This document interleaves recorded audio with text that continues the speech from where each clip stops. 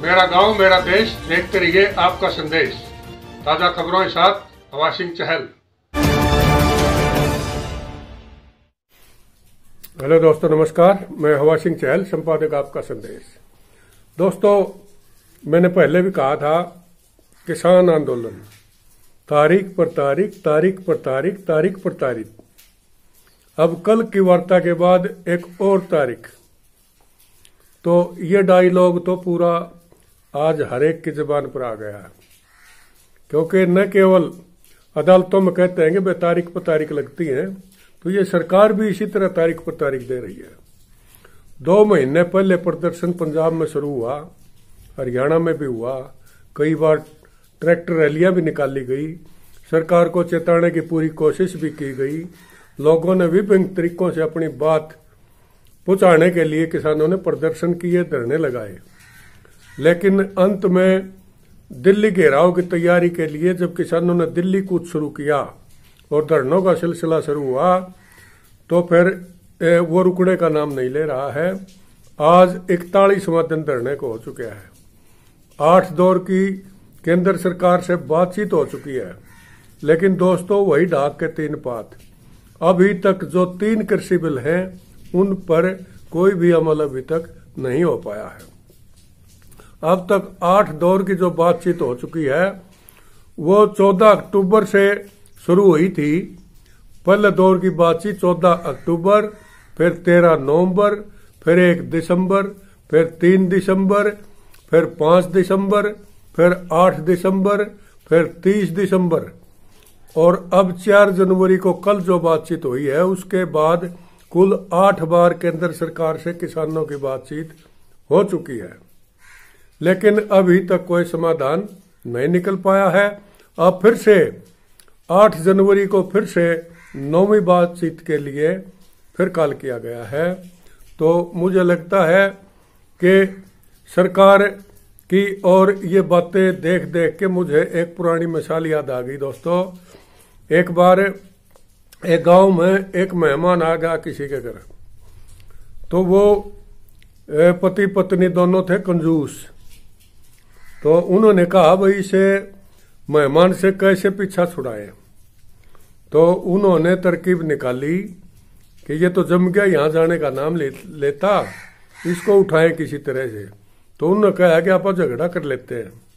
तो उन्होंने एक प्लान बनाया कि भाई मैं तेरे मारने का ढोंग करूंगा और तू चिल्लाना खूब, चिल्लाना मत तू, और फिर वो अपने आप चला जाएगा। भाई इनकी तो लड़ाई होगी, चल यहां से खिसक ले। उसने भी देख लिया कि भाई इनका तो प्लान सुन लिया उसने, भाई क्या हुआ। उसने फिर क्या किया, वो जब वो आया गुस्से में दिखा के उसको, और उस मेहमान ने कहा भाई, वो नीचे घुस गया पलंग का, वो खाट के नीचे बैठ गया। उसने आते ही भाई यू बाहर सुना है बैठक में, अपने आप रोड़ा सुन के भाग जाएगा। उसने पूरा ढोंग करया, ये मारो वो मारो न्यू कर करे, और उसकी कुटाई शुरू करी नकली। तो वह भी फिर कौन उसकी। तो उसने कहा, अब भाई मैं मारू तो रोइए ना, वो बात उसके याद थी। तो उसने कहा, देख मन्ने के तेरे मारिया। और फिर उसके घरवाली बोली, बोले मैं के रोई। अच्छा, फिर वो मेहमान जो खाट के नीचे घुस रहा था, उन्हें बोला मैं के फिर गया। तो वो ये दोस्तों, ये चीज आज किसानों पर फिट बैठती है, क्योंकि मिसाल वही है जो समय पर कही जाए। वैसे तो बहुत पुरानी मिसाल है, लेकिन ये जो हमारे बुजुर्गों ने जो मिसालें पढ़ाई है, वो बहुत ही स्टिक और पूरी तरह से फिट बैठने वाली कहावतें हैं, और ये आज फिट बैठ रही है। सरकार ने बात मानी नहीं, इधर से किसान अड़े हुए हैं, ये भी नहीं गए।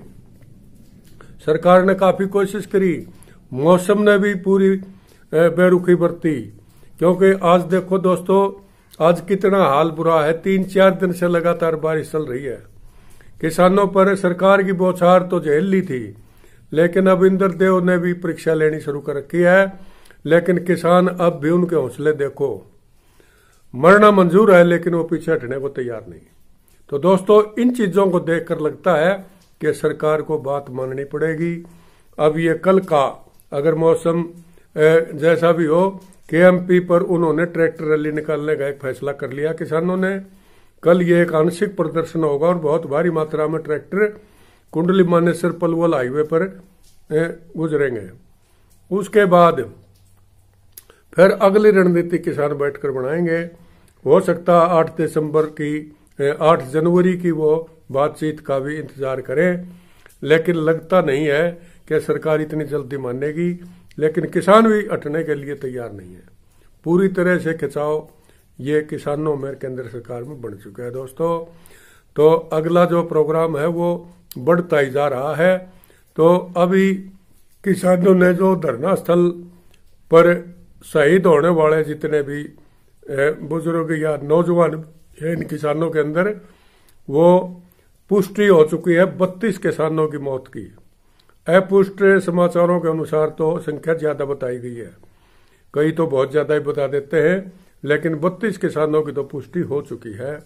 तो इस तरह वो रोजाना एक दो रोजाना ही अब मौत के मुंह में समा रहे हैं। लेकिन सरकार जो जो इनको लंबा लटका रही है, मुझे लगता है कि ये कभी न कभी सरकार इनको गुस्से में लाने की तैयारी में है। लेकिन किसानों का संयम देखिए, वो कितने मुस्तैदी से अपने आंदोलन पर डटे हुए हैं और पूरी तरह चुपचाप सारे बॉर्डरों पर बैठे हुए हैं। तो कहीं ऐसी कोई अप्रिय घटना ना हो जाए, इसलिए सरकार को जल्दी चेत जाना चाहिए। और ये इस तरह की जो तारीख है, इनको लगातार सुनाई भी तो हो सकती है। ये 8 तारीख देने की बजाय आज भी बात कर सकते थे, क्या दिक्कत है? आजकल सूचना प्रौद्योगिकी का जमाना है। अब जो आदमी हाजिर नहीं है उससे बात हो सकती है सीधी। आजकल तो वीडियो कॉलिंग भी है और भी हैं सारे हर किस्म के। जब इतनी विदेशों से मीटिंग जब हो जाती हैं और इतना अरेंज हम कर लेते हैं, इसमें क्या दिक्कत है? लगातार बात होनी चाहिए। इनको इतना लंबा खींचने वाली कहानी समझ में नहीं आती। या तो सरकार ये चाहती है कि ये तंग होकर अपने आप ही उठ जाएंगे या खिसक जाएंगे। मुझे नहीं लगता कोई खिसकेगा, क्योंकि एक ट्राली जाती है तो 4 नई आती हैं, कैसे खिसकेंगे?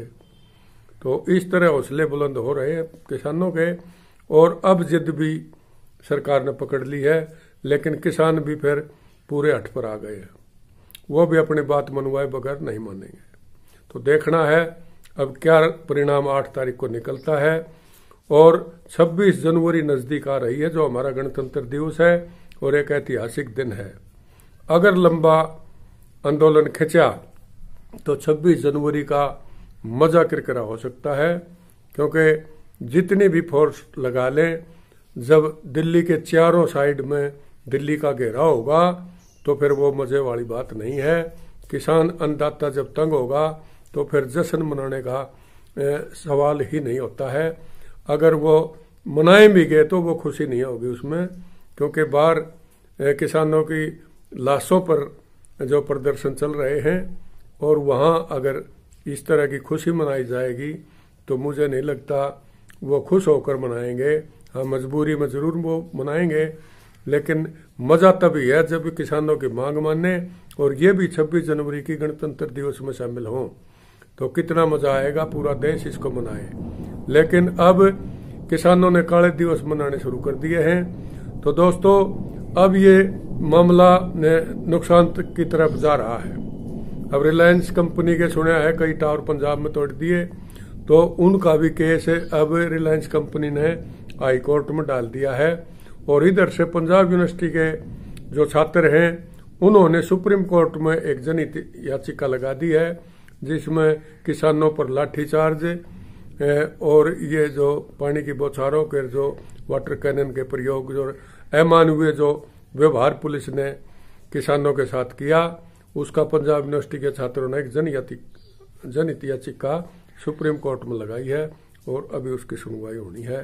तो दोस्तों, अब बहुत ज्यादा तो क्या बताना है, बताने मजा तब आता जब किसानों की कुछ मांगे मान ली होती, और उसमें बताने मजा आता वह ये सरकार ने मान ली। अब ये 2 मांगे एक बार जरूर माननी है, लेकिन वो तो मानने वाली ही मांगे थी, क्योंकि वो तो किसानों के बस में ही नहीं थी। जो 2 कानून बनाए थे वो मेरे ख्याल में कोई तुक वाले कानून नहीं थे, वो तो खैर इन्होंने वापस ले भी लिए, उसमें ज्यादा कहने की कोई बस्ता नहीं है।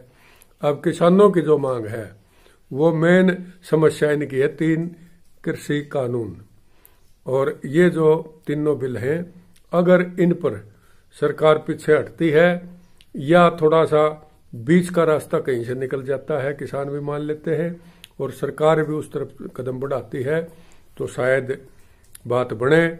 नहीं तो फिर इतने लंबे आंदोलन के बाद लग नहीं रहा कि बिना कृषि बिल वापस कराए किसान पंजाब, हरियाणा और यूपी या और राजस्थान, अब तो दूसरे प्रदेशों से भी बहुत किसान आने शुरू हो गए हैं और दिन प्रतिदिन किसानों की संख्या बढ़ रही है।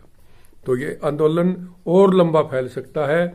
इससे पहले मेरा केंद्र सरकार को सुझाव है कि भाई इनको मान लेना चाहिए, फायदा इसी में है, क्योंकि कितनी परीक्षा और लोगे, किसान अटने वाले नहीं है, ये आपने देख भी लिया। और समाज सेवी संस्थाओं के लिए भी अब, क्योंकि 2-4 दिन के लिए, कई तो ऐसे मैंने देखे हैं लंगर जो 2-4 दिन के लिए लगाए थे, उनका इतना ही जुगाड़ था, उन्होंने लंबा खींच के भी वो 15-20 दिन लगाए, कई तो बंद भी हो गए, कई नए भी खुल के। ये अच्छी बात है कि अभी लंगर और ज्यादा मात्रा में खुलने लग गए और लोग भी अब चंदा करके गांव में पैसा इकट्ठा करके और दूसरे संसाधन किसानों के प्रदर्शन स्थल पर भेज रहे हैं और लकड़ी, ईंधन वगैरह की जो बात है वो भी कर रहे हैं।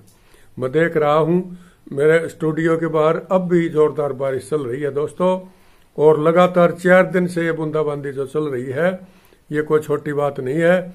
आने वाले समय में और भी ज्यादा ठंड बढ़ेगी और इससे हो सकता है प्रदर्शनकारियों की मौतों का आंकड़ा और ज्यादा बढ़ जाए। तो सरकार से गुजारिश है कि जल्दी ही इस ओर पूरा ध्यान देने का कष्ट करें।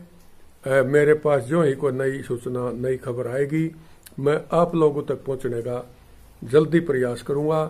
और दोस्तों, अगर आपने आपका संदेश चैनल को सब्सक्राइब नहीं किया है तो कृपया करके इसको सब्सक्राइब कर लें, और भाई आपको अच्छा लगता है तो इसको लाइक करें और शेयर जरूर करें दोस्तों, क्योंकि जितने ज्यादा लोग इसको देखेंगे उतने ही हमारा हौसला भी बढ़ेगा और ये आपकी बात, आपका संदेश ज्यादा से ज्यादा लोगों तक पहुंचेगा। बड़े चैनलों को आपने देख लिया कैसे वो न्यूज दिखाते हैं, आपका माध्यम यही छोटे चैनल हैं, इनको आप कामयाब करो और ज्यादा से ज्यादा इनको सब्सक्राइब करके पूरा टाइम तक इनको देखो। जब तक पूरा आप इसको नहीं देखोगे आधी बातें छूट जाती हैं। तो दोस्तों, अगले एपिसोड का इंतजार कीजिए, मैं जल्दी ही आपको किसानों के बॉर्डर से कुछ सीधा प्रसारण आपको दिखाने का प्रयास करूंगा। तो तब तक के लिए इंतजार कीजिए। नमस्कार, जय हिंद। जैसा देश वैसा भेष, देखते रहिए आपका संदेश हवा सिंह चहल के साथ।